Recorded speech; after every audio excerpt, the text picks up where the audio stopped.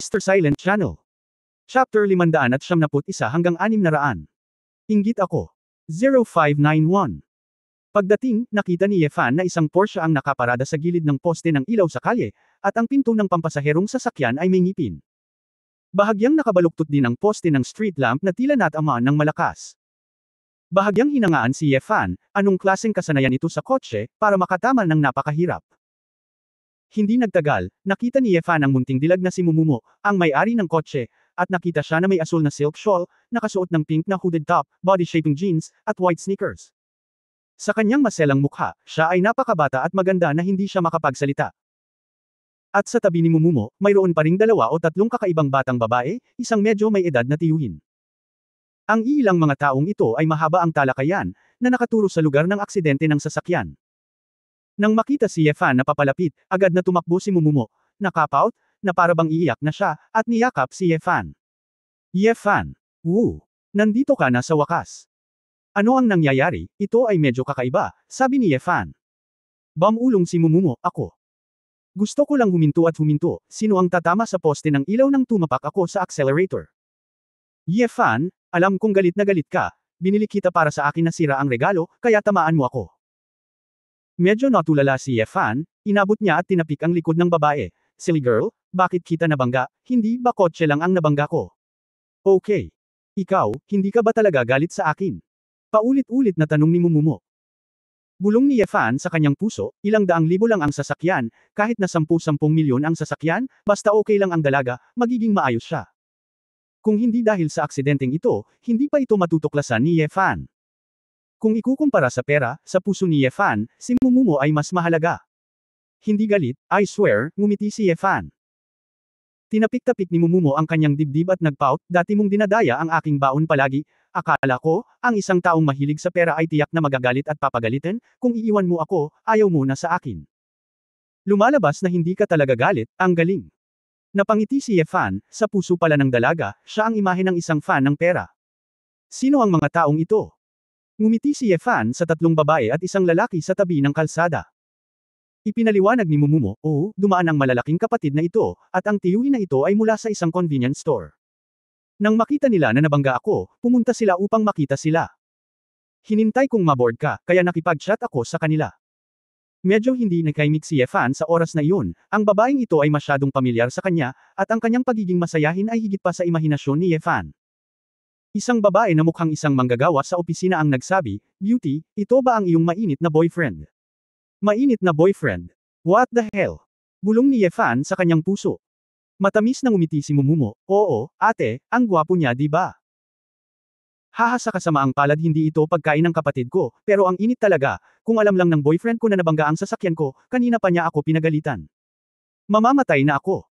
Hindi tulad ng boyfriend mo na hindi ka pinapagalitan, at sinasabihan kang huwag sipon, pumunta ka sa tindahan para hintayin siya. Masyado kang masaya. Masayang humajijek si Mumumo, nakatingin kay Yefan, napakasya at matamis. Noon lang nalaman ni Yefan na ito ang ibig nilang sabihin, ngunit hindi niya talaga naramdaman kung gaano siya kagaling.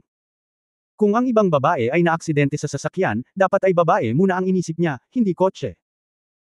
Tsaka hindi naman dapat gawin ng lalaki ang pasaway sa mga babae at pambubugbog sa babae, not to mention it can't solve the problem, ano pa ba ang magagawa natin? Tanong ni Yefan, girl, huwag kang umisi. Tumawag ba ang kumpanya ng seguro? Tumanggo si Mumumo, tumawag ako, at sinabi ng loss assessor na malapit na. Pagkaraan ng ilang minutong paghihintay, ilang dumaan ang umalis, at dumating din ang damage finder. Pagkatapos suriin ito, sinabi ng damage assessor, kailangang palitan ang pinto ng kotse na ito, at maaaring kailanganin itong putulin. Isa itong malaking aksidente. Dapat kang tumawag sa pulisya ng trapiko at humingi ng sertipiko ng aksidente. Nakinig si Mumumo. Nag-aalalang sinabi, malaki ba ang halaga nito? Konserbatibong tinatansya na mukhang 20,000. Sobrang mahal.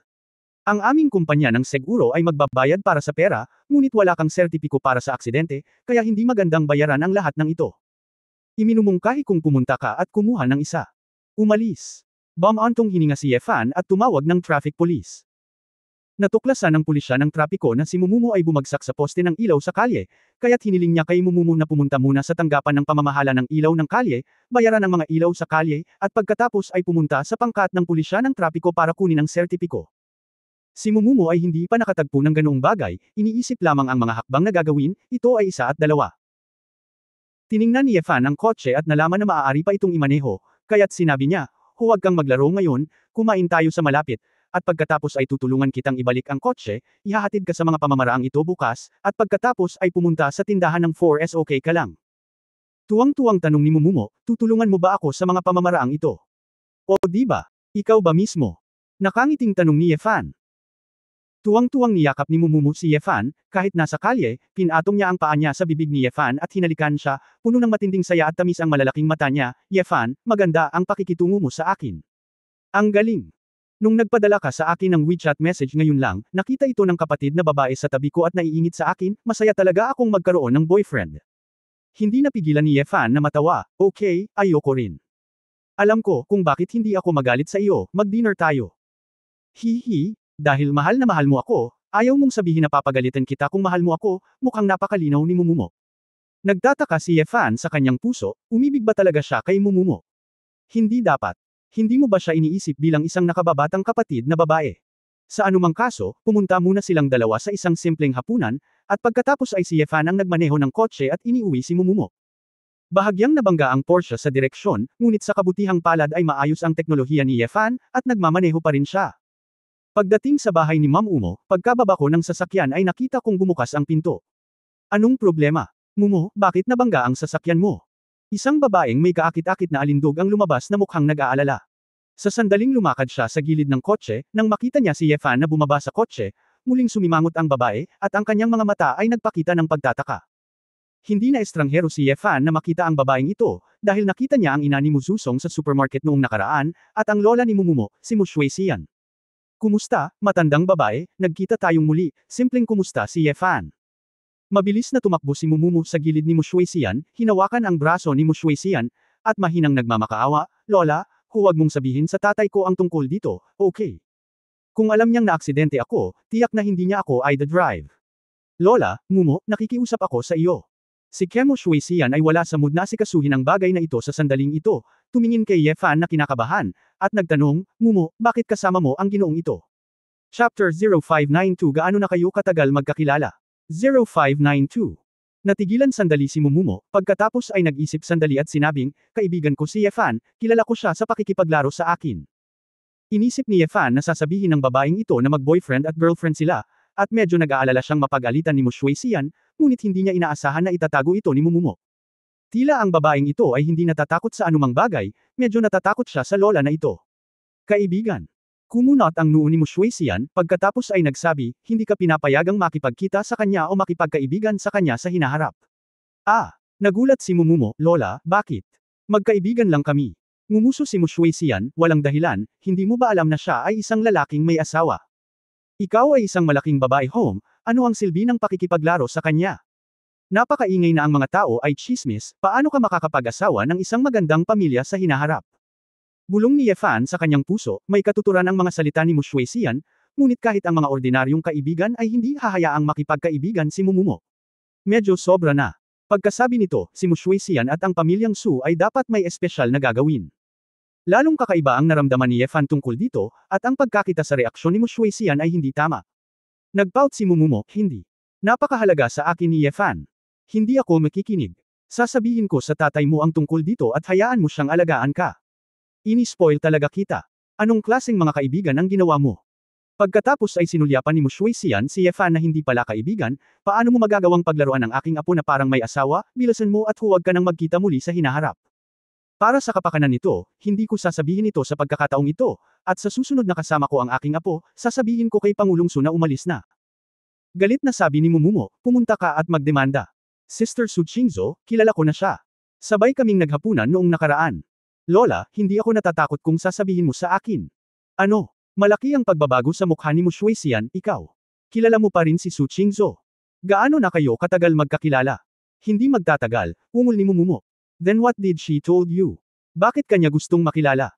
Nag-aalalang tanong muli ni Mushuesian. Tuwang-tuwa si Mumumo nang makita niya ang kanyang lola, at hindi niya maiwasang magtaka, Lola, anong nangyari sa iyo ngayon? Kilala ko si Yefan, kaya hindi ba normal na makilala si Sister Su? At saka, gaano katagal ito? Medyo nalilito si Mushuesian. Ay nagsabi, binabalaan kita, wala kang kinalaman sa kanilang mag-asawa sa hinaharap. Kung hindi, hahayaan kong ay pakulong ka ng iyong ama. Huwag ka nang pumasok sa paaralan. Lola, ikaw. Galit na galit si Mumumu na tumulo ang mga luha sa kanyang mga mata, gusto niyang kumilos na parang layaw na bata at hayaang tulungan siya ni Mushuesia na itago ito, ngunit hindi niya inaasahan na gusto siyang parusahan ni Mushuesia ng ganoon kabangas. Og. Agad na umiyak si Mumumu, Lola, sobra ka na, hindi mo na ako sinasaktan. I hate you. Pagkatapos sabihin iyon, tumalikod si Mumumu at tumakbo palabas. Mumo, saan ka pupunta? Bumalik ka. Lalong nabalisa si Mushuesia nang makita niyang tumatakbo palayo ang kanyang apo. Napabuntong hininga si Yefan. Wala siyang masyadong sinabi mula sa simula hanggang sa huli, dahil hindi niya alam kung saan nanggaling ang galit ni Mushuesia sa kanya, kaya kailangan niyang sabihin, ibabalik ko siya. Pagkatapos magsalita ni Yefan, sinundan niya si Mumumo at tumakbo palabas. Maari talagang iuwi ni Yefan si Mumumo ng puwersahan, ngunit kailangan niyang maghintay hanggang umalis siya sa komunidad bago maabyutan ang babae. Girl, huwag kang tumakas. Hinawakan ni Yefan ang braso ni Mumumo at sinabihan siyang huminto. Lumuhad si Mumumu sa mga bisig ng lalaki nang tumalikod siya at malungkot na sinabi, Yefan, bakit galit na galit ang lola ko sa iyo, nalulungkot ako. Tinapik ni Yefan ang likod ng babae, huwag ka munang umiyak, sa tingin mo ba kakaiba ito? Kakaiba. Itinaas ni Mumumu ang kanyang ulo, naguguluhan. Tumango si Yefan, oo, nakilala ko ang tatay mo at ang lola mo sa supermarket noong nakaraan. Mukhang kilala ng lola mo ang matandang yaya natin, si Tita Jiang. Pakiramdam ko ay may itinatago sila sa atin noon. Ah, may ganun. Bakit hindi ko alam? Pinunasan ni Mumumo ang kanyang mga mata, ano ang nangyayari? Nagkibit balikat si Yefan, hindi ko alam sa ngayon pero susubukan kong alamin. Siya, sa palagay ko ay hindi ganito kadalasan ang lola mo. Dapat ay may espesyal na dahilan para tumanggi kang makipagkita sa akin. Masiglang tumango si Mumumo, oo, mahal na mahal ako ng lola ko. Noong bata pa ako, pinagalitan ako ng tatay ko sa pagtulong sa akin, at takot na takot ang tatay ko sa lola ko, kaya ang lola ko ang tagapagtanggol ko. Kaya sabihin, dapat may espesyal na dahilan ang lola mo sa pagtrato sa iyo ng ganito. Huwag kang umiyak o malungkot. Ikaw lang ang kanyang apo, kaya bakit hindi kanya mahal?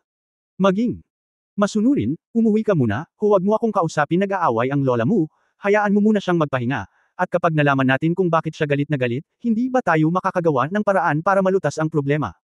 Hinawakan ni Yefan ang mukha ng babae at sinabi.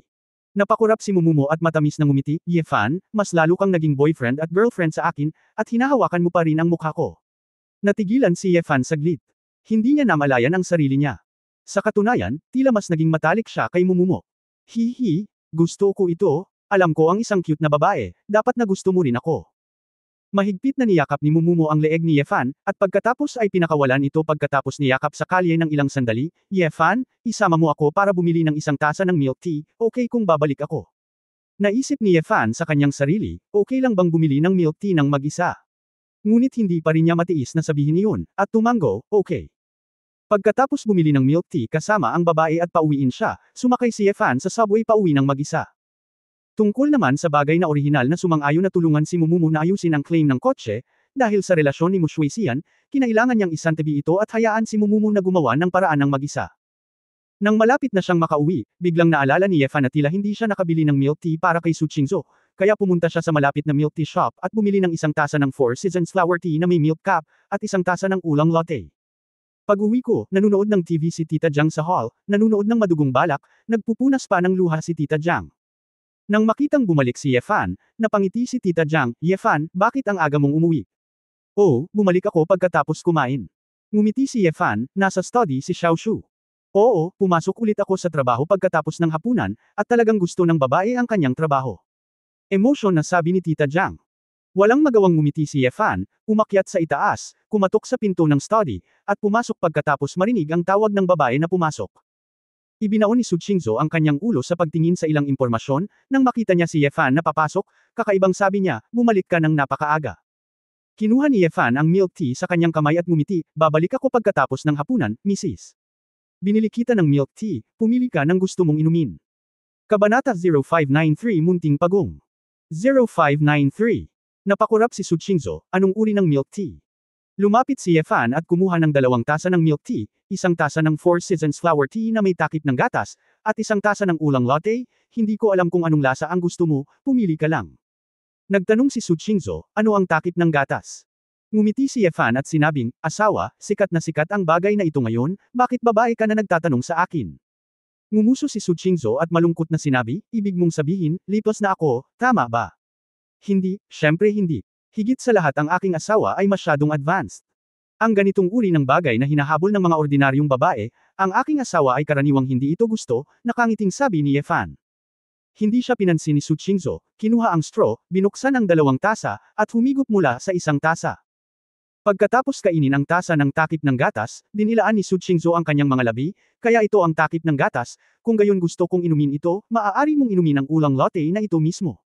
Nang makita ang babae na masayang umiinom ng milk tea na binili niya para sa kanya, hindi napigilan ni Yefan na makaramdam ng sobrang init.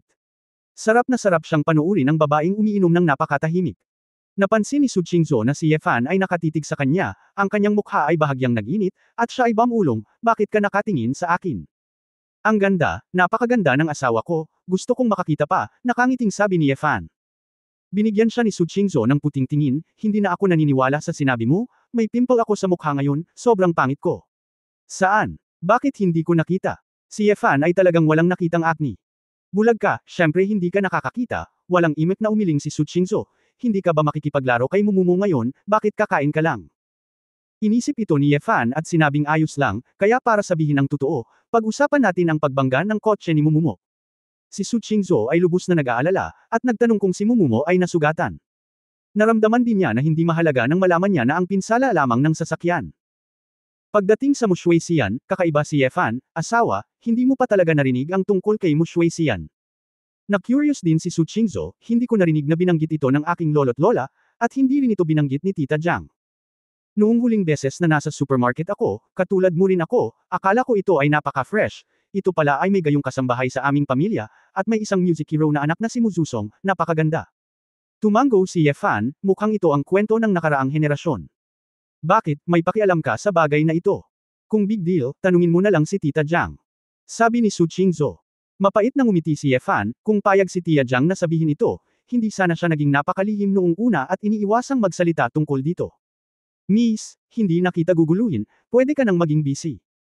Ayaw ni Yefan na masaktan si Su Qingzhou, kaya binalak niyang tumalikod at lumabas. Nag-alinlangan si Su Qingzhou, at sinabing, maaari mo akong samahan sa isang charity auction bukas. Maaari kang magdala ng kasamang lalaki. Kung ayos ka lang. Natigilan si Yefan saglit, natuto talaga siya kay Chu Yunyao, akala ko hindi siya tatawagan ni Su Qingzhou, pero tinawag pa rin siya ng babae. Dahil nagsalita na ang asawa niya, hindi na siya makatanggi. Okay, magbibihis ako ng disente bukas, at sisikaping huwag ipahiya ang iyong asawa, sabi ni Yefan na nakangiti. Halika, ang marangal na hari ng impyerno ay sinasamahan ako sa isang maliit na charity auction, ang batang babae ay nambobola pa rin, sabi ni Su Qingzhou. Saglit na napabuntong hininga si Yefan, ngayon na pinagtatawanan pa siya ni Su Qingzhou, buti na lang. Habang mukhang maganda ang mood ni Su Qingzhou, nagtanong si Yefan, asawa, matagal ko nang tinawagan ang asawa mo, kailan mo ako sinimulang tawaging asawa? May sakit ka, bakit mo ako tinatawag na asawa? Hindi ba pwedeng tawagin kita sa pangalan mo? Sinabi ni Su Qingzhou, maraming mag-asawa ang may kanilang mga unang pangalan. Pero gusto kong marinig kang sumigaw minsan, sumigaw ka lang paminsan-minsan, tumawa si Yefan. Ngumuso si Su Qingzhou, umupo at nagsabi, magtatrabaho ako, lumabas ka. Walang pagpipilian si Yefan, tila manipis pa ang balat ng babae, kaya kailangan niyang maghintay. Kinabukasan, pagkatapos na maghapon si Yefan sa kumpanya, tinawagan siya ni Su Qingzhou sa hapon. Asawa, hindi pa oras para mag-auction, di ba? Nakita ni Yefan na maaga pa. Sinabi ni Su Qingzhou sa telepono, samahan mo muna ako sa isang lugar, at pagkatapos ay pumunta sa auction. Mag-i-inspeksyon ka ba sa labas? Huwag kang magdala ng alakdan. Tanong ni Yefan. Ngayon si Wu Yekang ay isa ng full-time assistant na kasama ni Su Qingzhou na tumakbo palabas. Hindi interesado si Wu Yekang na umupo sa opisina para gumawa ng gawaing clerical. Sa tingin ko mas mabuting samahan mo ako, hindi para sa trabaho, sabi ni Su Qingzhou. Bagamat naguguluhan si Yefan, pumunta pa rin siya sa underground na garahe at hinintay na bumaba si Su Qingzhou. Hindi nagtagal, bumaba si Su Qingzhou na may dalang 2 bag, tiningnan ni Yefan ang mga bag at alam niya kung saan pupunta si Su Qingzhou. Pagkasakay ng 2 sa kotse, diretsyong nagmaneho si Yefan pabalik sa lumang bahay ng pamilya Su. Ang kinuha ni Su Qingzhou ay isang regalo na binili niya sa Paris para ibigay kay Tung Hozan. Bisperas ng bagong taon, ngunit hindi niya nakakalimutan ang dating madrasta na ito. Matapos muling okupado ang lumang bahay ng pamilya Su, medyo nagalit siya. Maraming mga kaldero ng mga bulaklak at halaman sa labas, na lahat ay inalagaan ng mabuti. Dahil pagkabalik ni Tung Hozan, hiniling ni Su Qingzhou sa housekeeping service company na itigil ang serbisyo, kaya ang lahat dito ay halatang si Tung Hozan lang ang nag-asikaso. Si Tung Hozan ay lumaki sa mga damit na brocade at jade na pagkain, ngunit talagang naranasan niya ang mga tagumpay at kabiguan sa kanyang buhay, at tila sinimulan niyang tanggapin ang bagong buhay ng mahinahon. Pagbaba ng dalawa sa sasakyan, nakita nila si Tung Hozan na naglalakad palabas ng bahay na may dalang garapon. Nakatali lang ang buhok ni Tung Hozan, naka-apron at manggas, at parang gumagawa ng gawaing bahay.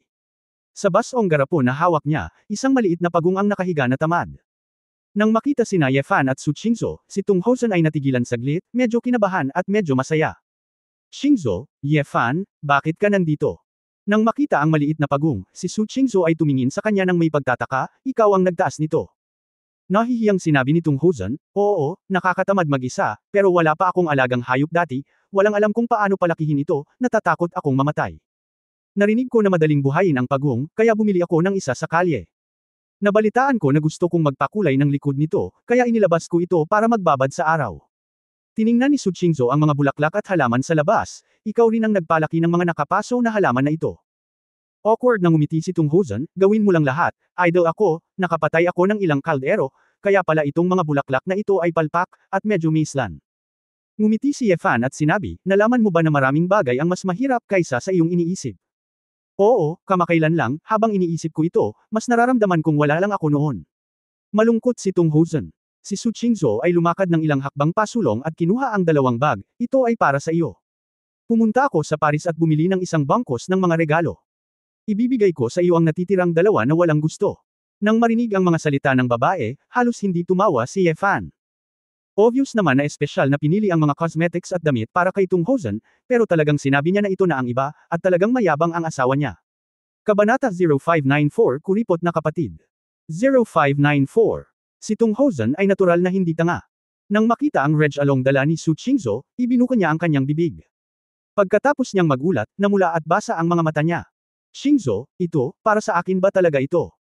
Nanginginig ang boses ni Tung Hozan. Kung hindi mo gusto, itapon mo, wala akong mapaglagyan pa rin, walang pakialam na sabi ni Su Qingzhou. Gusto ko. Siyempre gusto ko. Tuwang-tuwang tumanggaw si Tung Hozan, kumuha ng dalawang bag, at sinabing, pumasok ka dali, ipagtitimpla kita ng tsaa, malamig sa labas. Gayunpaman, umiling si Su Qingzhou, okay lang na gumawa ng tsaa, may gagawin pa tayo, mauna na tayo. Nang marinig ito ni Tung Hozan, hindi niya maitago ang pagkabigo sa kanyang mukha, at ngumiti ng mapait, iyon na nga. Pagkatapos ay magtrabaho ka, bumalik ka sa susunod kapag may oras ka. Tumalikod si Su Qingzhou at nagplanong maglakad pabalik sa kotse. Bago gumawa ng ilang hakbang, sumigaw si Tung Hozan, Qingzhou. Tumigil si Su Qingzhou, ano pa? Kinagat ni Tung Hozan ang kanyang pang-ibabang labi at nabulunan, alam ko ang sinasabi ko ngayon. Walang silbi, ngunit gusto ko pa ring sabihin sa iyo. Pasensya na. Bahagyang nanginig ang maselang katawan ni Su Qingzhou, at sinabi ng hindi lumilingon, sinabi mo na ito noong nakaraan. Mapait na ngumiti si Tung Hozan, oo. Pero gusto ko pa ring sabihin ngayon. Salamat. Talagang, salamat talaga. Alam kong wala akong may iligtas sa buhay na ito pero kung meron sa kabilang buhay, gusto ko talagang maging mabuting ina. Ang pinakapinagsisisihan ko sa buhay ko ay ang hindi kita pagtrato ng maayos simula noong una kitang makita. Kinurot ni Su Qingzhou si Fen Quan, bumitaw muli, huminga ng malalim, at sinabing, sa araw ng hapunan sa bisperas ng bagong taon, pumunta ka sa aking lugar, hindi maaaring maging abala si Tia Jiang mag-isa. Nagulat si Tung Hozan, sa pag-aakalang mali ang narinig niya, at nagtanong sa nanginginig na boses, ako. Kaya ko talaga. Huwag kang magkamali, ayaw ko lang na masyadong pagod si Tita Jiang, malamig na sabi ni Su Qingzhou. Mabuti. Naiintindihan ko. Talagang tutulong ako. Masayang tumanggaw si Tung Hozan. Pagkasabi noon, hindi umalis si Su Qingzhou, at hindi alam ni Tung Hozan kung ano ang sasabihin. Parehong tila nahuli sa ilang uri ng masalimuot na pag-iisip, na hindi magawang palayain ang kanilang mga sarili. Natahimik si Ye Fan saglit at hinawakan ang kanyang ilong, naramdaman na ang awkward ng kapaligiran. Inilibot niya ang kanyang mga mata at nakita niya ang maliit na pagong sa garapon. Medyo nagulat siya, ito ang tinta pagong. Si Tung Hozan ay bumalik sa kanyang katinoan, narinig ang mga salita ni Ye Fan, at tumingin sa itim na pagong, sinabi, hindi ko alam, nakita ko lang ang matandang lalaki sa kalye na nagbebenta nito, at nang makitang ito ay napakaganda, binili ko ito.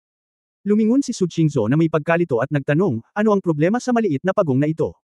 Ito ay isang ligaw na itim na pagong, na medyo bihira. Ngayon marami sa kanila ang sinasaka, ngunit ang ilang mga detalye ay iba pa rin. Tinatayang ito ay nakuha ng tiyuhin kung saang bangin, ito ay isang protektadong hayop, sabi ni Ye Fan. Hindi napigilan ni Su Qingzhou na tumingin ng malapitan, ang maliit na itim na pagong na ito ay tamad na nakahiga sa isang maliit na bato, ang mga mata ni Meng Bin ay tila tamad na bumukas, at siya ay medyo naiinis sa mga taong nanonood dito. Pinuprotektahan pa rin ba nito ang mga hayop? Dapat ko bang ibigay ito sa Forestry Bureau o ano? Tanong ni Su Qingzhou. Hindi mo na kailangan, kung pinalaki mo na sila, itago mo na lang. Nakangiting sinabi ni Ye Fan kay Tung Hozan, kung gusto mong maging mabuting ina, magsimula sa pagpapalaki ng mga pagong. Ngumiti si Tung Hozan, puno ng pasasalamat ang kanyang mga mata, salamat, gagawin ko. Pagkatapos makipag-chat tulad nito, ito ay medyo mas madali. Bumalik sina Ye Fan at Su Qingzhou sa kotse, pinaikot ang sasakyan, at nagtungo sa charity auction venue. Habang nasa daan, paminsan-minsan ay sumulyap si Ye Fan sa babaeng nasa passenger seat, na may ngiti sa gilid ng kanyang bibig. Sa wakas ay hindi na napigilan ni Su Qingzhou at nagtanong, ano ang tinitingnan mo? Wala lang, iniisip ko lang na lalong nagpapakyut ang asawa ko, kaya hindi ko maiwasang mapatingin pa, mataimtim na sabi ni Ye Fan. Bumulong si Su Qingzhou sa mahinang boses, nakakainis, pinagtatawanan mo ako. Bakit ka tinatawanan? Nagtataka si Ye Fan. Namula ang mukha ni Su Qingzhou, alam mo ang dahilan para sa iyong sarili, tinatawanan lang ako nito. Bumantong hininga si Ye Fan at sinabing, asawa, naiintindihan ko kung galit ka kay Tung Hozan o pinatawad mo siya, ngunit talagang hinahangaan ko ang iyong pagpapatawad para sa kanya. Hindi. Talaga. Muling kumislap ang mga mata ni Su Qingzhou. Nagsinungaling ako sa iyo na ako ay isang baboy, sabi ni Ye Fan. Kinagat ni Su Qingzhou ang kanyang mga labi at ngumiti, ikaw ay orihinal na baboy. Kung gayon ikaw ay isang maliit na baboy, masayang sabi ni Ye Fan. Hindi ako. Kalokohan ang sinasabi mo. Oh, siya nga pala, ang aking asawa ay napakabango, kaya siya ay isang maliit na mabangong baboy, tumango si Ye Fan sa kanyang sarili. Galit na iniangat ni Su Qingzhou ang kanyang ulo, ayoko nang makipag-usap sa iyo. Ito ay isang biro lamang, si Ye Fan ay natural na hindi talaga patuloy na sasabihin na si Su Qingzhou ay isang baboy, na kailangang mabaliw sa babae. Matagal nang magkasama ang dalawa, at nalaman niyang mas pinapahalagahan pa rin ng mga babae ang kanilang imahe kaysa inaakala niya. Pagdating nila sa Huahay Auction House, pagkababa ng dalawa sa sasakyan, nakita nilang daan-daang mag-agarang sasakyan ang nakaparada sa labas, na halatang pagtitipon ng mga mayayaman sa Huahay. Ang pasukan ng auction house ay pinalamutian ng maligaya na lasa ng Chinese New Year, na may malaking bilang ng mga pulang parol at mga basket ng bulaklak, makulay. Kasi auction lang, hindi dance party, medyo casual lang ang mga damit ng lahat. Sa sandaling lumitaw si Su Qingzhou, nakakuha ito ng maraming atensyon. Ang katayuan ng isang magandang babae at isang mayamang lalaki ay palaging nakakaakit ng atensyon ng mga tao. Ang mga tao ay patuloy na lumalapit upang makipag-chat kay Su Qingzhou, ngunit gusto ni Su Qingzhou na hindi siya pansinin, at ang ilan sa kanila ay may magandang katayuan, kaya ang mga babae ay magsasabi ng ilang salita. Gayunpaman, kahit na ang mga taong iyon ay tretuhin ng malamig ni Su Qingzhou, hindi sila masyadong magagalit. Sa halip, naramdaman nila na ang ugali ng Bingshan Goddess ay nagpasigla sa kanila. Hindi mapigilan ni Ye Fan na maging proud. Ang diyosa ng malaking bato ng yelo, na hindi maaaring paglaruan sa mga mata ng mga tagalabas, ay talagang ang kanyang matamis na asawa. Bagaman hindi pa niya ganap na nakuha ang posisyon. Pagpasok pa lang ng dalawa sa venue, may lumitaw na maliit na grupo ng mga tao, na nakakuha ng atensyon ni Ye Fan. Nakita ko ang isang matandang babae na may ilang mga bata sa pagitan ng edad na 5 at 6 hanggang 11 o 12, na papasok na sana. Presidente Lee. Napasigaw si Ye Fan nang hindi inaasahan nang makita niyang paparating ang taong iyon. Si Din Li Shuhua ay nagdala ng ilang bata mula sa orphanage at nagulat siya nang makita si Ye Fan. Oh, Ye Fan, nandito ka kasama ni President Su. Kanina ko pa iniisip kung sasama ka ba o hindi, nahulaan ko talaga. Si Li Shuhua ay pumikit at ngumiti, at tumango kay Su Qingzhou. Nakita ni Su Qingzhou na ang pinakabatang babae na hawak ni Din Li ay ang napaka-cute na batang babae na may bilog na mukha at laman. Dinilaan ni Tuan Chuan ang isang lollipop, at nang makita niya si Su Qingzhou, isang pares ng malalaking itim na mata ang kumikislap, at inilabas pa niya ang kanyang dila at gumawa ng maliit na mukha. Damot ate. Sabi ni Tuan Chuan, halatang pinag-uusapan ng huling beses na nahawakan niya ang donut. Chapter 0595 Galit na galit ako. 0595. Bumukas ang magagandang mata ni Su Qingzhou, at aakyat na sana siya para makipagtalo sa maliit na luoli na ito, ngunit napagtanto niyang nasa pampublikong lugar siya, at maraming tao ang nakatingin sa kanya, kaya kailangan nilang magpanggap na hindi nila ito narinig. President Lee, bakit ka nandito? Sa halip ay tinanong ni Su Qingzhou si Li Shuhua. Ay, tama. Sabi ng pinuno ng Kamara ng Komersyo, sa pagkakataong ito ay magsusubasta tayo ng 2 larawan ng mga bata mula sa aming ampunan. Sana ay dalhin ko ang mga bata at makibahagi dito. Dadalhin ko sila dito para magpasalamat sa mga big boss na ito. Matapos marinig ito ni Su Qingzhou, sumimangot siya at sinabing, bakit hindi ko narinig ang tungkol sa ganoong bagay, sino ang nagpaalam sa iyo? Sa sandaling ito, isang matabang lalaking nasa katanghaliang gulang na may kalbo ang ulo, nakasuot ng Armani suit, nakangiti siyang naglakad. Mr. Su, you are long overdue. Ang mga kaibigan ng Chamber of Commerce ay naghihintay sa iyo, isang magandang babae, naghihintay sa iyo upang makita kung ano ang gusto mong makita. Tumawa si Fatty. Tiningnan ni Su Qingzhou ang taong matabang, nag-iisip, at mahinang sinabi, President Lin, inimbitahan mo si President Lee. Hey! Kilala ba ni President Su si President Lee? Oo, inimbitahan ko ito. Bukas na umamin si Fatty at sinabi kay Li Shuhua, ito si Director Lee, hello, ako si Lin Huan na nagpadala sa iyo ng invitation letter kanina. Nakipagkamay sina Lin Huan at Din Lee, tumingin sa mga bata sa tabi niya, at sumimangot, bakit ka nagdala ng napakaraming bata? Medyo kinabahan si Din Lee, nako, natatakot ako na napakaraming bata, kung magdudulot ka ng gulo, magdadala ka ng kaunti, at ako ay isang matandang babae na natatakot na hindi ko ito mapapanood, at ang ilang mga bata ay napakapayat. Medyo hindi nasiyahan si Lin Huan, Director Lee, ikaw talaga, hiniling kong dalhin mo ang mga bata dito, the more the better, bakit magkakagulo? Hay! Okay lang, yun lang, huli na para dalhin sila ngayon. Pagkasabi noon, agad na tumalikod si Lin Huan at binati ang ilang negosyanteng may magandang damit sa hindi kalayuan, Fero, Lao Jiao, President Zheng, halika rito, oras na para kumuha tayo ng litrato. Dumating ang ilang negosyante at binati si Su Qingzhou nang makita nila si Su Qingzhou. Pagkatapos, dinala ng ilan sa kanilang mga katulong si Li Shuhua at ilang bata mula sa ampunan patungo sa isang lugar kung saan nakaayos ang mga banner. Sa mga banner doon ay nakasulat ang mga pangalan ng negosyo ng mga negosyanteng ito at ang kanilang mga tunay na pangalan, na parabang natatakot sila na hindi sila makilala ng iba. Sino itong Lin Huan? Lumubog ang mukha ni Ye Fan nang makita niya ang eksenang ito. Obviously, these guys are planning to use the children in the orphanage to make a fuss, not really out of charity, out of love. Itinuring ni Ye Fan si Din Lee at ang mga anak ng orphanage bilang kanyang pamilya, kaya hindi siya matutuwa kapag nakita niya ang ganoong bagay. Nang makita ang hitsura ng lalaki, alam ni Su Qingzhou na galit si Ye Fan, at sinabing, siya ang Secretary General ng Chamber of Commerce, siya ay nasa non-ferrous metal na negosyo, at ang backstage ay napakahirap. Alam kong dapat may sama ng loob ka sa kanya, pero hindi na kailangan dito. Hindi maganda para sa mga bata na palakihin ang mga bagay-bagay. Kinusot ni Ye Fan ang kanyang mga mata, kung ayaw niyang mag-alala kay Din Lee, nagsimula na siya. Nang tumayo ang mga bata at si Din Lee, may ilang negosyanteng nagmamayabang doon, na nakangiti. Ilang reporter na inimbitahan mula sa mga istasyon ng TV, magazine, at pahayagan ng handang kumuha ng litrato para sa kanila. Nang makita ni Lin Huan si Su Qingzhou na nakatayo doon, tumawa siya at sinabing, Mr. Su, bakit hindi ka pumunta at lumahok? Hindi mo kailangan ng banner para ipakilala ang iyong sarili. Ikaw ang gininto ang tanda ng mundo ng negosyo ni Huahai. Umiling si Su Qingzhou at walang pakialam na sinabi, hindi ko ito kailangan. Si Lin Huan at ang ilan ay talagang nagnanais na huwag sumali si Su Qingzhou, dahil sa sandaling umalis si Su Qingzhou, magnanakaw siya ng lahat ng limelight, ngunit alam din nila na hindi nag-abala si Su Qingzhou na gawin ang ganoong bagay. Sa sandaling ito, isang matikas at kaakit-akit na boses ang dumating. Bakit napakasigla dito? Si Chu Yunyao, nakasuot ng mahabang itim na slim dress at napapalibutan ng balahibo, ay lumakad na parang reyna. Ang damit na ito ay agad na nakakuha ng atensyon ng lahat, maging si Su Qingzhou, na bahagyang mas maganda ang hitsura, ay pinigilan ng damit na ito. Oh, Director Chu, nandito ka na. Gusto mo rin bang kumuha ng group photo? Nakangiting tanong ni Lin. Humajijek si Chu Yunyao at sinabing, President Lin, ang cute ng batang babae sa harapan mo, pwede mo ba akong yakapin? Si Tuan Chuan ang tinutukoy ni Chu Yunyao. Si Tuan Chuan ay nakatayo sa harap ng isang grupo ng mga tiyuhin na may malungkot na ekspresyon, ngunit nakita si Chu Yunyao ngayon, ang kanyang malalaking mata ay kuminang muli. Kuya, ang ganda mo talaga, matamis na sabi ni Tuan Chuan. Tumaas ang kilay ni Chu Yunyao sa tuwa, yumuko, at binuhat si Tuan Tuan, talaga. Napaka-cute mo rin, munting kagandahan, sabihin mo sa kapatid ko, ano ang pangalan mo? Ang pangalan ko ay Tuan Chuan. Tuan Tuan. Ngumiti si Chu Yunyao Puche, napaka-cute ng pangalang ito, parang higanteng panda. Si Tuan Tuan ay si Tuan Tuan, hindi isang panda, nakangusong sabi ng batang babae. Okay, cute si Tuan Chuan, hindi panda. Kinurot ni Chu Yunyao ang pisngi ng batang babae, kinuha ka ni ate para kumain ng masasarap na pagkain. Isang halik sa mukha. Tumalikod si Chu Yunyao, tumalikod at sinabi kay Lin Huan at sa iba pa na may kalahating ngiti, napakabata ng batang ito, dapat mo na lang siyang pakawalan. Napangiti si Lin Huan at ang iba pa at nagkunwaring hindi naiintindihan.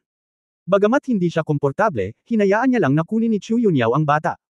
Lumapit si Chu Yunyao kina Ye Fan at Su Qingzhou, tumingin kay Ye Fan ng mapaglaro, at sinabing, kasama mo pa rin ba siya? Akala ko wala talaga siyang planong sabihin sa iyo. Napangiti si Ye Fan, pinakamabuting huwag muna siyang magsalita sa sandaling ito. Matalim na tiningnan ni Su Qingzhou si Ye Fan, ngunit hindi nagsalita. Tinanong ni Chu Yunyao si Tuan Chuan, Tuan, sino ang maganda, ate o itong nakatatandang kapatid na babae? Nang makita si Su Qingzhou, mukhang naiinis si Tuan Chuan, ate, mas maganda ka kaysa sa kuripot na nakatatandang kapatid na ito. Ikaw. Galit na galit si Su Qingzhou nang marinig niya ito, ang kahihiyan ay hindi siya magaling makipagkumpetensya sa kaunting luli. Tumawa ng malakas si Chu Yunyao, Sister Kuripot. Su Qingzhou, ano ang ginawa mo para hamakin ka ng sobra ni Tuan Chuan? Pero, ang mga bata ang pinaka-inosente at hindi nagsisinungaling, Hindi, pasensya na, mukhang nanalo ako sa pagkakataong ito. Pagkatapos magsalita, binuhat ni Chu Yunyao ang grupo at pumunta sa buffet. Kinagat ni Su Qingzhou ang kanyang mga ngipin at tinapakan ang kanyang mga paa, ayaw ko sa batang ito. Malaki ang ulo ni Ye Fan at hinawakan ang likod ng kanyang ulo. Tila na kumpara kay Chu Yunyao, si Su Qingzhou ay mas malambing pa rin. Bakit hindi ka nagsasalita? Mas maganda ba talaga siya sa akin? Galit na tanong ni Su Qingzhou kay Ye Fan. Nagmamadaling sinabi ni Ye Fan, ano ang problema? Ang buong mundo ay hindi makakahanap ng babaeng mas maganda kaysa sa iyong asawa. Pagkatapos, nang marinig ito, hindi pa rin mailunok ni Su Qingzhou ang kanyang hininga, at bamantong hininga, alam kong hindi ito darating, kapag nakita ko ang babaeng iyon, nagagalit ako at nagagalit. Kabanata 0596 Napakaraming pera. 0596. Sa oras na ito, natapos na si Din Li sa pagkuha ng mga larawan, naghintay si Lin Huan ng ilang negosyante, at pagkatapos kumuha ng group photo, kumuha siya ng group photo kasama ang ilang mga bata na nag-iisa, at kumuha ng isang grupo ng mga larawan. Nang makita ang lahat ng ito, nakaramdam ng hindi komportable si Ye Fan, ngunit tulad ng sinabi ni Su Qingzhou, hindi maginhawang makipaglaban sa ganitong sitwasyon. Pagkatapos ng paggawa ng pelikula, dinala ni Din Li ang mga bata at naglakad sa tabi ni Ye Fan. Ano ba, ang pangit ng mukha mo? Tanong ni Din Li. Nag-aatubili ng umiti si Ye Fan at umiling, wala. Nagpakita si Din Li ng kaunting kawalan ng kakayahan at bamantong hininga, batang tanga, alam ko talaga kung ano ang iniisip mo, ngunit. Ang mga tao ay nabubuhay sa mundong ito, kahit na sila ay nag-aatubili at hindi gusto ang maraming bagay, hindi sila maaaring tumanggi. Maraming bagay ang dumadaan sa pagkataranta, kahit ano pa ang isipin ng mga amo. Sa huli, basta may pera ka para makapasok sa aming ampunan at madala ang kinabukasan sa mga batang ito, hindi ba't iyon ang hinahangad nating mga tao? Parehong medyo nagulat sina Ye Fan at Su Qingzhou. Lumalabas na mas alam ni Din Li kaysa sa iba na si Lin Huan at ang mga taong ito ay mapagkunwari, ngunit nakita na niya ito. Nakaramdam ng hindi komportable si Ye Fan sa loob ng ilang sandali, bagamat malinaw na nagsalita ang matandang babae, ngunit ang iniisip ni Pangulong Li sa paglipas ng mga taon, tiniis ang lahat ng uri ng mga hinaing, at hinayla ang kawanggawa sa lahat ng dako upang mapabuti ang buhay ng mga batang ito, puno ng luha ang kanyang ilong. Maasim. Si Su Qingzhou ay labis ding humanga, tumanggo at nagsabi, President Li, bihira akong humanga sa mga tao, ngunit talagang hinahangaan mo ako. Mabilis na umiling si Din Li, Miss Su, seryoso ang iyong mga salita. Matanda na ako at wala na akong maraming oras. Kung magagawa ko pa para sa mga batang ito, gagawin ko ang lahat. Siyempre, kung maibibigay ko, mas mabuti para sa welfare home na makahanap ng isang kwalipikadong tagapagmana, na isa rin sa aking pinakadakilang hangarin. Tiningnan ni Ye Fan ang lalong payat na mukha ng matanda, nakasimangot at sinabing, Din, masama ba ang pakiramdam mo? Bakit? Nakikita kong payat ka ng payat. Hayaan mong bigyan kita ng pauso. Huwag kang tanga, hindi ka ba pwedeng magpapayat kapag tumanda ka? Nasa mabuting kalusugan ako. Nakangiting tumanggi si Din Li at diretsyong kumain ang mga bata. Pinagmasdan ni Su Qingzhou ang matandang lalaki na naglalakad palayo, at tahimik na sinabi, hindi ko alam kung may isa pang taong tulad ni Din Li sa welfare home na magiging dean. Kung hindi, tulungan natin siyang mahanap ito at hayaan ang dean na magretiro ng maaga. Talagang iniisip ni Ye Fan sa kanyang puso na si Du Yuner ay angkop, ngunit hindi niya alam kung tatalikuran ng babae ang kanyang trabaho bilang isang guro at pupunta sa isang institusyong pangkapakanan upang maging direktor. Nakilala ni Su Qingzhou ang ilang kakilala, at pagkatapos ng ilang chat, halos magsimula na ang charity auction. Sinundan ni Ye Fan si Su Qingzhou sa upuan, at ang upuan ay medyo nasa unahan. Hindi nagtagal, sa mataas na plataporma, ilang pinuno ng Chamber of Commerce at ng gobyerno ang lumabas at nagsalita ng ilang talata, na siyang simula. Kapag ang auctioneer ay umakyat sa entablado, opisyal na itong pumasok sa link ng auction. Mula sa unang lote, lahat sila ay mga pintura ng mga mahihirap na bata sa bulubunduking lugar, maliliit na gawaing kamay, paghahabi ng kawayan, mga inukit na kahoy at iba pang maliliit na bagay, at unti-unting nagkaroon ng mga pintura, kaligrapya, pagbuburde at iba pa na donasyon ng mga katutubong artista. Gayunpaman, ang mga bagay na ito ay karaniwang hindi mahal, 10,000 lamang, hindi hihigit sa 100,000. Napaka-disiplinado din ng mga amo na ito. Halos bumili sila ng isa, at ayaw ng higit pa. Isang reputasyon. Ito ay ang turn ng Director Lee ng Ivy Welfare Institute at ang kanilang kapalaran. Ito ay isang mahabang scroll ng larawan na may mga palad ng bawat bata. Makukulay ang mga tatak ng kamay dito, parang hindi mabilang na mga bulaklak na namumukadkad. Napakakahulugan din ang pangalan ng pagpipinta, tinatawag itong kulay ng hinaharap. Hiniling din ng host si Dean Lee na tumayo sandali, at sinabing ang lahat ng pondo ng charity auction para sa pagpipinta na ito ay ibibigay sa Ivy Welfare Institute. Ang panimulang presyo ng pagpipinta na ito ay 1,000, at ang bawat pagtaas ay hindi dapat bababa sa 500. Magsisimula ang bidding. Sa sandaling inihayag ng auctioneer, itinaas ni Lin Huan ang kanyang placard at sumigaw, mag-aalok ako ng 100,000. Sa mahigpit na pagsasalita, ang isang pagpipinta na walang artistikong halaga ay ganap na abot langit. Pinuri ito ng maraming tao sa eksena, na nagsasabi na si Lin Huan ay talagang mapagbigay at may maraming pagmamahal. Bumangon si Lin Huan at sinabing may seryosong mukha, ang mga bata ang kinabukasan ng ating bansa, at itong maliit na pera ng isang tulad ko, Lin, ay isang patak sa balde. Hindi kayang maging isang tao si Lin. Ang pahayag ni Lin Huan ay nagpahiya sa maraming tao na makipagkompetensya sa kanya. Kung tutusin, inimbitahan niya si Dean Lee at ang mga bata, at dapat handa siyang magpakitang gilas. Kung may magnanakaw sa kanya ng painting na ito, mahihirapan siya. Higit pa rito, ang pagpipinta na ito ay basura sa mata ng karamihan, kahit 10,000 yuan ay isang pag-aaksaya ng pera, pabayaan ang 100,000 yuan. Huwag silang bigyan ng mga malalaking boss ng walang bayad. Pagkatapos sabihin ni Lin Huan ang mga salitang ito, lumapit siya kay Pangulong Lee at tinanong ang photographer na kumuha ng litrato na kunan sila muli ng litrato. Nakipagtulungan din si Dean Lee, bumangon na may ngiti, at nagpasalamat kay Lin Huan. Nang makita ang eksenang ito at marinig ang mga salitang ito, hindi napigilan ni Ye Fan ang galit sa kanyang puso, at ninisyon, nakakahiya na magbigay ng napakaraming pera pagkatapos kumuha ng napakaraming larawan. Bagamat hindi malakas ang boses, sapat na para marinig ng maraming tao sa naturang auction hall. Higit pa rito, ang lalaking kasamang si Su Qingzhou na dinala ay nakakuha na ng atensyon ng maraming tao, ngunit nahihiya lang silang magtanong. Biglang tumigas ang mukha ni Lin Huan, at walang ngiti niyang sinabi, ito ang lalaking kasama ni President Su, tama ba? Mukhang marami siyang opinyon sa akin, isang tao Lin, nang ahas magtanong kung sino ang anak. Tumingin si Dean Lee sa kanyang mukha nakatingin kay Ye Fan na nag-aalala, medyo walang magawa. Hindi ako anak, security guard lang ako, mahinahong sabi ni Ye Fan. Ano? Nang marinig ito, agad na naging malungkot ang mga mata ni Lin Huan, nahihiya ang isang security guard na Sir On ang aking mabubuting gawa. Ano ang iyong intensyon? President Su, ano ang ibig mong sabihin sa mga taong dinala mo? Su Qingshui walang pakialam na sinabi niya, hindi mo pa rin naiintindihan ang ibig niyang sabihin. Masyado kang kuripot. Ikaw. Hindi alam ni Lin Huan kung ano ang sasabihin sa isang iglap, at maraming tao ang hindi napigil ang tumawa. Napatingin si Su Qingzhou kay Ye Fan, pagkatapos ay itinaas ang kanyang placard at sinabing, magbabayad ako ng 10 milyon. Wow! Gatlang M. May bulaslas mula sa eksena, natigilan si Lin Huan, at nagulat si Dean Lee. Maging ang auctioneer sa entablado ay inakala niyang mali ang narinig niya. Hold. I'm sorry, Mr. Su, 10 milyon lang ang sinabi mo. Tanong ng auctioneer. Tumango si Su Qingzhou, oo. Mapaglarong tiningnan ni Ye Fan ang kanyang asawa. Naiintindihan ba ng babaeng ito ang katotohanan ng, ang asawang lalaki ay kumakanta at ang asawa ay sumusunod? Astig talaga ang perang ito. Naisip ng auctioneer sa impyerno, ang naturang pagpipinta ay naibenta sa halagang 10 milyong yuan, at anumang bato na mapulot sa tabi ng kalsada ay maaaring ibenta bilang isang brilyante. Ang mga reporter sa eksena ay galit na kinunan ng mga larawan si Su Qingzhou, at wala nang nagbigay pansin kay Lin Huan. Malaking balita ito. Namumula sa galit ang mukha ni Lin Huan, ngunit hindi niya talaga kayang magbayad ng higit sa 10 milyon para makipagkompetensya kay Su Qingzhou para sa ganoong piraso ng basura. 10 milyong beses, 10 milyong beses.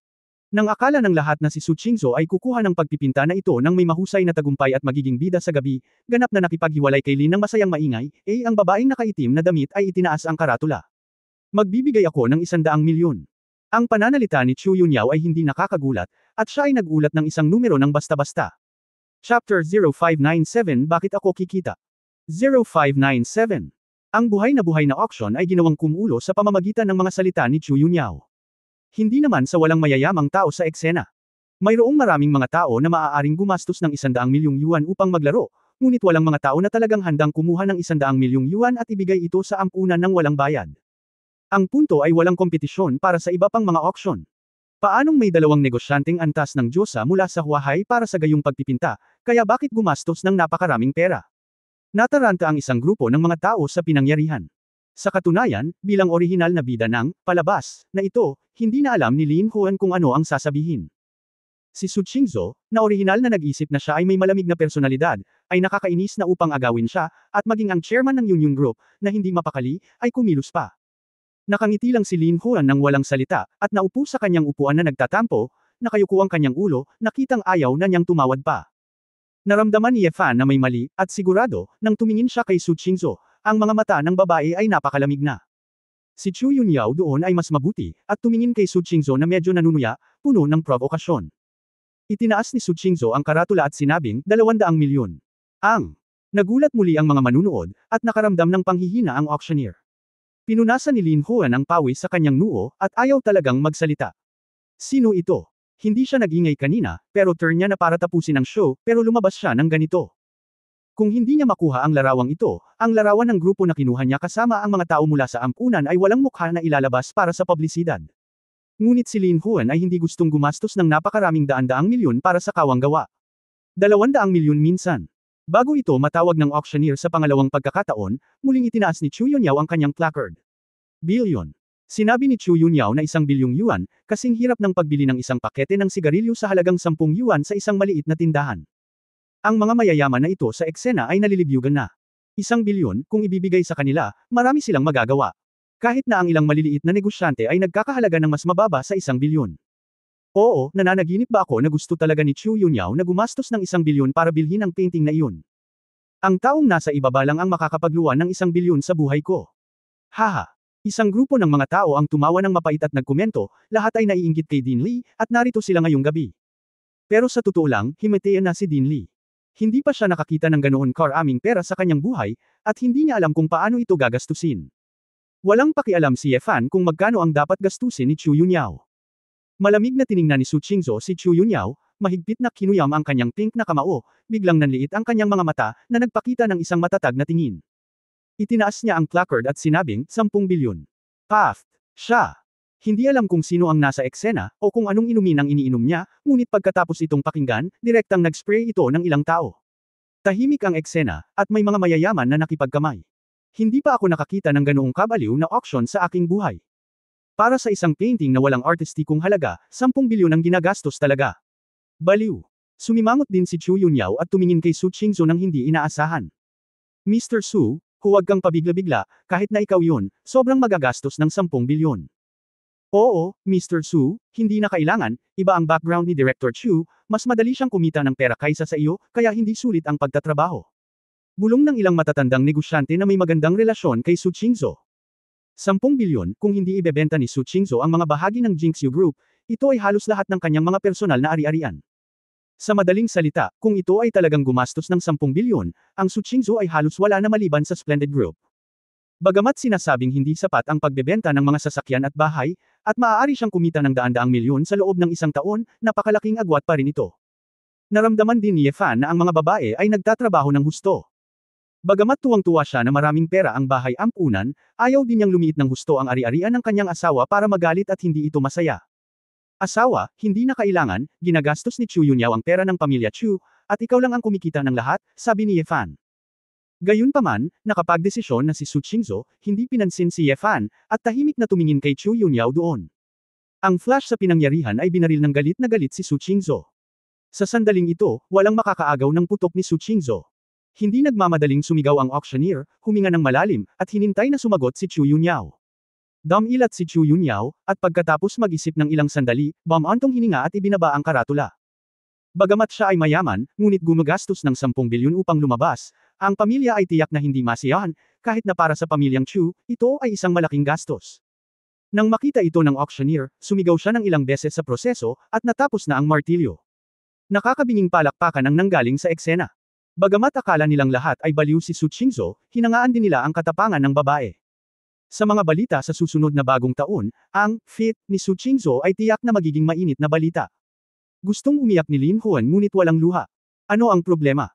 Matapos ang ilan sa kanila na naghagis ng mahabang panahon, hindi na magamit ang mga larawang kinuha nila. Para sa mga susunod na bagay sa auction, lahat ay walang balak na kunan ng litrato, nag-walk off lang at tapos na. Nang matapos ito, tumugon ang host sa kahilingan ng eksena at sinabing, "Ngayon, inaanyayahan namin si Sudong mula sa Jinxue Group na pumunta sa entablado at sabihin sa amin ang tungkol sa kanyang karanasan. Anong uri ng kabaitan at determinasyon ang nagpapagastos sa kanya ng malaking pera? 10-10 bilyon para gumawa ng ganoong mabuting gawa." Noong una ay inakala ni Ye Fan na ang babae ay ayaw magsalita, ngunit sa hindi inaasahang pagkakataon, si Su Qingzhou ay talagang lumakad sa magandang paraan. Malamig at mahinahong sulyap ng babae sa lahat ng nasa eksena at kinuha ang mikropono.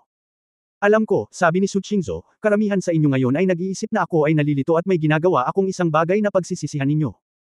Tahimik ang eksena, at maraming tao ang nagbulungan, sa katunayan, lahat sila ay nadama na si Su Qingzhou ay mapusok, kung hindi, sino ang gustong mag-aksaya ng napakaraming pera? Kung gusto mo talagang mag-donate, dapat ay magkaroon ka pa rin ng mas malaking seremonya, para ma-maximize ang iyong reputasyon.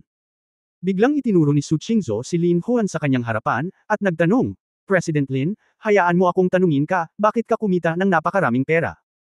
Ang mga tao sa eksena ay natigilan, ngunit hindi niya inaasahan na tatanungin muli ni Su Qingzhou si Lin Huan. Masayang tanong. Si Lin Huan ay hindi nasisiyahan sa sandaling ito, kung hindi dahil sa pagkagambala ni Su Qingzhou, siya ang magiging bida ngayong gabi. Nang marinig ang tanong mula sa kaaway, ngumiti siya ng pilit, ang pakiramdam ng isang negosyante sa responsibilidad sa lipunan, kasama ang katotohanan na mayroon pa akong isang taulin. May kakayahan ito. Fuck. Biglang nagsalita si Su Qingzhou ng masamang wika, na ikinagulat muli ng mga mayayaman sa eksena. Walang inaasahan na ang Ice Mountain Goddess ay magsasalita pa rin ng ganito. Ibinuka ni Lin Huan ang kanyang bibig at namula, hindi alam kung paano sasakal pabalik. Si Ye Fan ay umiling at tumingin sa paligid, iniisip na ang kakayahan ng kanyang asawa sa pagsasalita ay nangunguna. Sa ganoong karumaldumal na pananalita, agad niyang nagtagumpay na mapatahimik ang lahat, matamang nakatingin sa kanya, lahat ay naghihintay sa kanyang sasabihin. Kabanata 0598 Cool. 0598. Pagkaraan ng ilang sandali na tumahimik, nang ang lahat ay tumingin sa kanya ng masinsinan, nagpatuloy si Su Qingzhou, "Tulad ni Mr. Lin, napakaraming tao ang maaaring kumita ng pera, walang sinuman ang maaaring maupo dito. Sasabihin nilang wala silang kakayahang kumita ng pera. Pero naisip mo na ba na marami pang bagay ang kaya mong gawin? Matututo kang tumahol sa kahon ng nightclub, makakasakay ka ng bus papunta sa trabaho, at maaari ka pang maghubad na mag-streak na parang tanga sa kalye." Ang mga mayayaman sa eksena ay hindi napigil ang tumawa, ngunit pagkatapos ng pag-iisip tungkol dito, ito talaga ang kaso. Hindi kaya ang pagkita ng pera ay walang kinalaman sa kakayahan? Sinabi ni Su Qingzhou, "Kayo ay kumikita, at ang kumita ng napakaraming pera ay hindi isang napakataas na ideal, hindi isang pakiramdam ng responsibilidad sa lipunan, at hindi ito ang iyong mga talento sa sarili. Mayroon lamang isang pangunahing dahilan. Ang..." Biglang huminto ang boses, inilagay ni Su Qingzhou ang lahat ng gana ng mga tao sa pinakamataas na punto, at pagkatapos maghintay ng higit sa 10 segundo. "Kayo ay maaaring kumita ng napakaraming pera dahil ang paggawa ng pera ay nagpapasaya sa iyo." Binigyang diin ni Su Qingzhou ang salitang, "cool," at sinabing, "Dahil kumita ng pera ito ay nagpapasaya sa iyo, at ito ay mas kasiya siya kaysa sa pag-inom ng droga, kaya patuloy kang kumikita. Ang pera ay dumarami." Isang grupo ng mayayamang tao ang tila naliwanagan, kumikinang ang mga mata. Tama. Makatuwiran. Talagang tumama sa ulo si President Su. "Gusto kong panuurin ang mga numero sa bank account na patuloy na lumalaki, haha. Ang cool niya talaga. Kumita ng pera hindi dahil sa kanilang kakayahan, ngunit dahil sa kanilang pagnanais. Ang kasiyahan sa paggawa ng pera ay nakakatugon sa kanilang mga hangarin, at patuloy silang kikita, kung hindi, kahit na mayroon silang kakayahan, paano sila kikita? Mabuti pang umuwi sa bukid at humanap ng biyenan na magpapahid sa likod niya para matulog." Itinuro ni Su Qingzhou ang kanyang sarili, "Sa nakalipas na 5 taon, bilang karagdagan sa mga ari-arian na minana ko, kumita ako ng higit sa 20 bilyon ng mag-isa. Masasabi ko sa iyo mula sa kaibuturan ng aking puso, napakasaya ko." Ang isang grupo ng mga bigwig ay nakaramdam ng kahihiyan na ang isang batang babae ay maaaring makaipon ng kayamanan sa bilis na bilyon-bilyong dolyar sa isang taon, na salungat lamang sa kalangitan. Marahil ay magtataka ka, dahil kumikita ako ng malaki, bakit ko gagastusin ito ng ganito, ang isang paggastos ay 10 bilyon. Lumingalinga si Su Qingzhou sa paligid at sinabing, "Ang dahilan kung bakit sasabihin ko ngayon, maaaring makaramdam ka ng contradiction, ngunit ang sinasabi ko ay ang katotohanan. Ibig sabihin, pera, nakakasakit ito sa akin ngayon." Isang grupo ng mayayamang tao ang nagsimulang sumimangot, kung hindi dahil kay Su Qingzhou, na karaniwang nagsabi ng pinakamaraming pera sa audience. Isa sa ilang tao na tiyak na titigil sa pakikinig. "Pera nakakadiri. Hindi ba't ito ay sasabihin lamang ng mga mahihirap at maasim, kung hindi ka makakain ng ubas, sasabihin mong maasim ang ubas?" Sinabi ni Su Qingzhou, "Ilan sa inyo ang naaalala pa rin ang kagalakan, kasiyahan, tagumpay, kagalakan noong una kang kumita ng 1 milyon? Si Su Qingzuhi ay nagtaas ng kanyang kamay, at isang malaking grupo ng mga mayamang tao sa eksena ay nagtaas din ng kanilang mga kamay ng sunod-sunod, na may nostalgic na pag-iisip sa kanilang mga mata. Para sa kanila, ang unang palayok ng ginto sa buhay, ang unang milyon sa account, ay napaka-memorable.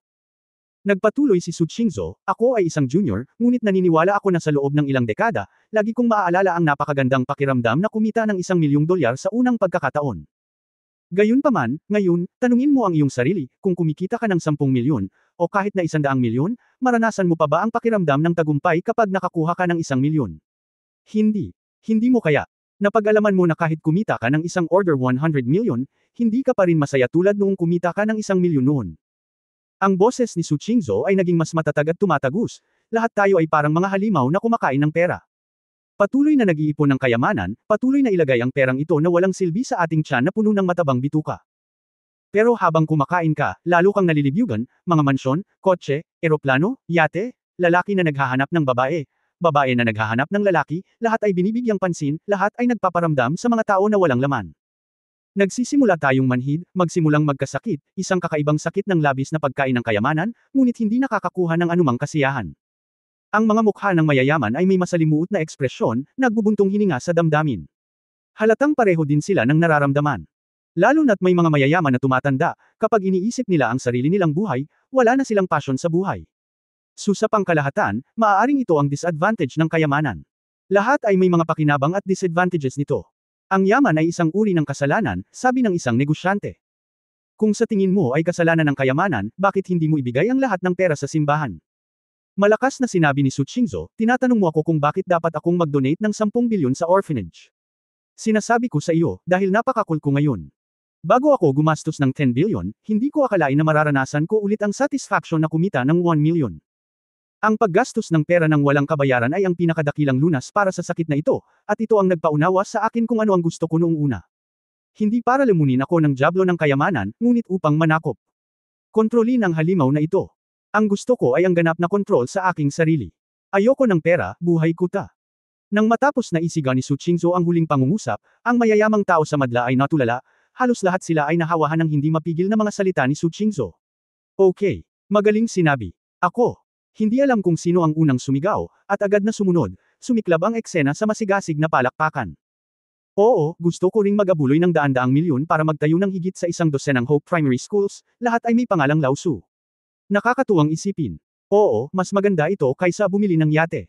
Ang sigasig ng isang grupo ng mayayamang tao ay nakilos, at nagsimula silang malaman kung paano gumastos ng pera sa kawanggawa at makahanap ng mga bagong kagalakan sa buhay. Bumaba si Su Qingzhou nang may palakpakan, at natapos ang auction. Tumayo si Ye Fan, lumapit sa babae at sinabing, asawa, kaya may kakaiba kang kakayahan na magsalita. Akala ko hindi ka na magsasalita ng kahit ilang salita pagdating mo sa entablado. Su. Binigyan siya ni Qingzhou ng puting tingin, kung hindi ako marunong magsalita, paano ako makikipag-usap sa mga empleyado at kung paano mapakilos ang kanilang sigasig? Posible bang tahimik akong umupo doon sa mga pulong at aktibidad ng kumpanya? Dapat ay marunong magsalita si Qingzhou, ngunit kadalasan ay tamad siyang magsalita. Gayunpaman, Mrs., balak mo ba talagang mag-abuloy ng 10 bilyon? Sobra-sobra ba ito? Sa palagay ko ay hindi alam ni Pangulong Lee kung paano ito gagastusin, sabi ni Ye Fan. Nang hindi naghihintay na magsalita si Su Qingzhou, lumapit si Chu Yunyao. Kinabahan si Ye Fan sa kung ano ang gagawin ng babaeng ito, ngunit narinig niyang sinabi ni Chu Yunyao na may kalahating ngiti, Su Qingzhou, inaamin kong natalo ako ngayon, at napakaganda ng pananalita. Salamat, mahinang sagot ni Su Qingzhou. Binigyan ni Chu Yunyao si Ye Fan ng isa pang kindat, kinabukasan, babalik ako sa Tancheng para ipagdiwang ang bagong taon. Ikaw mismo ang magko-control ng oras, aalis na ako. Chapter 0599 Saan ang lokasyon? 0599 Kailan? Narinig ni Ye Fan ang ganoong pangungusap, nang hina kaagad ang kanyang mga binti, at hindi na siya makapaghintay na magmadali upang sampilan ang babae. Hindi ba't sinadya nitong manggulo sa kanya? Ngunit umalis na si Chu Yunyao nang walang anino, si Su Qingzhou na lang ang natitira, malamig na nakatingin sa kanya gamit ang isang pares ng magagandang mata. Nagmamadaling nagpaliwanag si Ye Fan na may mapait na ngiti, asawa, ang mga bagay ay hindi gaya ng iniisip mo, sadyang ginagawa niya tayong di pagkakasundo, hindi mo mapipigilan ang kanyang paraan. Hanapin mo siya, babalik siya sa kanyang bayan. Sabi ni Su Qingzhou, tumalikod siya at naglakad papunta sa gilid ni Director Lee. Si Dean Lee ay may pagkatulala pa ring ekspresyon sa kanyang mukha, ngunit ang biglaang pagbagsak ng 10 bilyon mula sa langit ay nagulat siya. Huwag mong sabihing 10 bilyon, bigyan mo siya ng 100 milyon, at hindi niya alam kung paano ito aalagaan. Mr. Su, ako. Hindi talaga alam ng matandang babae ko kung paano ka pasasalamatan sa iyong kabaitan. Sa ngalan ng lahat ng mga bata at empleyado ng orphanage, gusto ko talagang lumuhod at yumuko sa iyo. Sabi ni Dean Lee na may luha sa kanyang mga mata. Ang lumuhod. Nagmamadaling inalalayan ni Su Qingzhou si Li Shuhua at sinabing, President Lee, huwag mong gawin ito, sabi ko ngayon lang, comfortable ako kapag ginugugol ko ang perang ito. Nagawa mo ng mabuti ang lahat ng iyong buhay, ginawa ko lang ang maliit na bagay na ito, wala iyon. Nanginginig na sinabi ni Dean Lee, hindi ito isang maliit na bagay, Miss Su. Sa totoo lang, hindi ko akalain na hindi ko pinangarap sa aking buhay na ang ganoong kalaking halaga ng pera ay papasok sa ating welfare home. Hindi ko alam kung paano makarating dito. Ang paggastos ng ganitong halaga, at ikaw at si Yefan ay ikinasal, parati kong nararamdaman na kumuha ako ng pera sa sarili kong pamilya. Sinulyapan ni Su Qingzhou ang lalaki at sinabing, kung naramdaman ni Dean Lee na hindi kailangan ng orphanage ng ganoon kalaking pera, at maaari itong gawing pundasyon para makatulong sa mas maraming tao, at may mga ulilang nangangailangan sa buong bansa.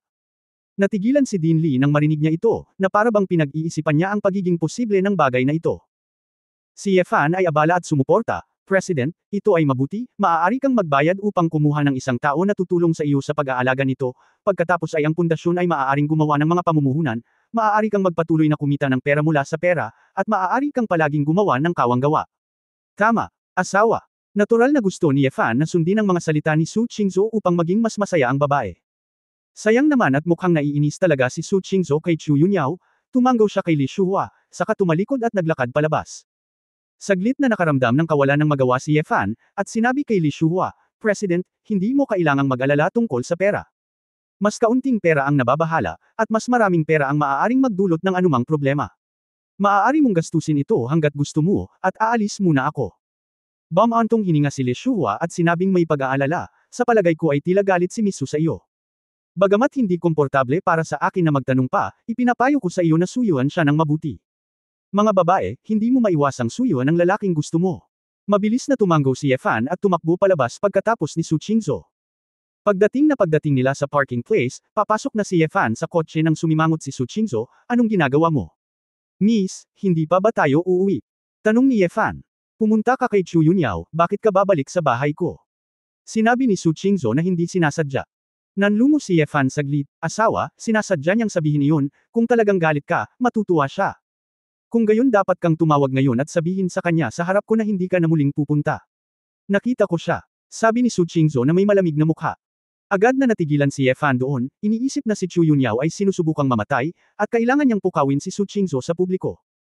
Sa mga normal na panahon, hindi magiging ganito si Su Qingzhou, ngunit ngayon ay masyadong halata ang provocation ni Chu Yunyao, kung tinutulungan pa rin ni Yefan si Chu Yunyao, medyo hindi makatwiran.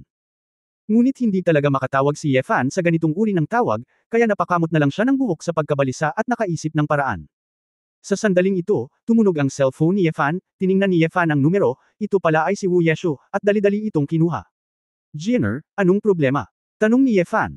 Mataimtim na sinabi ni Wu Yekang, brother, si Song Yang ay nasagasaan ng maraming master na may maskara, tila may nagbabalak na kidnapin si Mumumo. Ang isa sa mga matatanda ng Buffalo, si Song Yang, ay ang bodyguard ni Yefan na inayos sa tabi ni Mumumo. Siya ay low-key, maaasahan at matatag.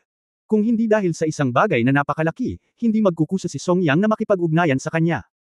Kahit tumama ang sasakyan ni Mumumo, hindi kumikibo si Song Yang. Maliban kung nasa panganib ang buhay ni Mumumo, hindi nalalabas si Song Yang. Dahil dito, nang marinig ni Yefan ang ulat ni Song Yang, tumaas ang kanyang puso sa kanyang lalamunan. Anong lokasyon? Tanong kaagad ni Yefan. Iniulat ng maulap na gabi ang lokasyon, mabilis na ibinaba ni Yefan ang telepono, binuksan ang pinto, at naupo. Hoy! Anong problema? Anong nangyari? Nang makita ang malungkot na ekspresyon ni Yefan, mabilis na nagtanong si Su Qingzhou. Pinaandar ni Yefan ang kotse at sinabing, may mga agaw kay Mumo, susugod ako ngayon. Asawa, tumawag ka ng driver para sunduin ka. Sumakay si Su Qingzhou sa kotse pagkatapos marinig ito, at mabilis na itinali ang isuot ang iyong seatbelt. Asawa, anong ginagawa mo? Nandito ako para iligtas ang mga tao. Nagtataka si Yefan. Pupunta rin ako, kahit sino ang kaharap ko o kung saan ako pupunta, sa madaling salita, huwag mo akong iwan. Matigas ang mga mata ni Su Qingzhou, na may bahagyang pag-aalala at takot. Nang inag ang puso ni Yefan, alam na ang babae ay natatakot sa isa pang usapin sa buhay at kamatayan, at nag-aalala siyang pupunta siyang mag-isa. Bagamat naramdaman ni Yefan na hindi ito kailangan, tumanggo pa rin siya. Sa isang sipa ng pidol ng gas, lumabas ang kotse na parang tigre at tumakbo sa kalsada, dahilan para matigilan ang ilan sa mga mayayaman sa paligid. Iniisip kong pinagsisihan ba ni Su Qingzhou ang pag-donate ng pera at nawala ang kanyang galit. Matatagpuan ito malapit sa night market ng Huahai College Street, sa tabi ng isang ilog, ay isang mahabang daanan ng paglalakad, at may ilang maliliit na parke sa tabi nito. Dati, maraming tao ang dumadaan at tumungo sa malapit na istasyon ng subway. Pero dahil mga araw bago sumapit ang bagong taon, parang napakadesyerto. Maliban sa ilang ligaw na aso at pusa, wala masyadong tao ang dumaan. Sa sandaling ito, nakita ko ang ilang malamig na ilaw na kumikislap sa ilalim ng mga ilaw sa kalye, at maraming mga figure ang mabilis na pabalik-balik, napakabilis na hindi sila nakikita ng malinaw. Keng Keng. Hinarang ng punyal ang paglaslas ng dalawang mahabang espada ng paalang. Ang lalaking nakaitim na may hawak na punyal ay umatras at umikot ng kalahating bilog, iniiwasan ang mga espada sa magkabilang gilid. Dalawang mandirigma. Ang nasa katanghaliang gulang na nakasuot ng itim na lalaki ay nakikipaglaban sa apat na nakamaskara na eskrimador sa kulay abong damit. Ang kanilang individual na lakas ay hindi kasing ganda ng lalaking nakasuot ng itim, ngunit magkasama, ang lalaking nakasuot ng itim ay nakulong dito at mahirap itong makatakas. Yun nga lang, kailangan niyang alagaan ang isang babaeng nanginginig na nagtatago sa tabi ng parke. Sa sobrang takot ni Momomo ay malapit na siyang umiyak. May bitbit siyang bag sa kanyang kamay, na naglalaman ng ilang maliliit na bagay na binili niya mula sa Suyuan Street, ngunit hindi niya inaasahan na sa pagbabalik sa subway, nakasalubong niya ang apat na The Warriors will going to kidnap her. Buti na lang at lumitaw ang lalaking nakaitim, at maayos naman siya, ngunit sinabihan siya ng lalaking nakaitim na huwag tumakbo, dahil hindi sigurado kung may ibang tao sa malapit na mang-kidnap sa kanya. Nang si Momomo ay nakaramdam ng sobrang pagkalito at hindi alam kung ano ang gagawin, naramdaman niya ang isang kamay sa kanyang balikat mula sa likuran. Ah! Sumigaw si Momomo, lumiko ng husto. Kabanata 0600-600.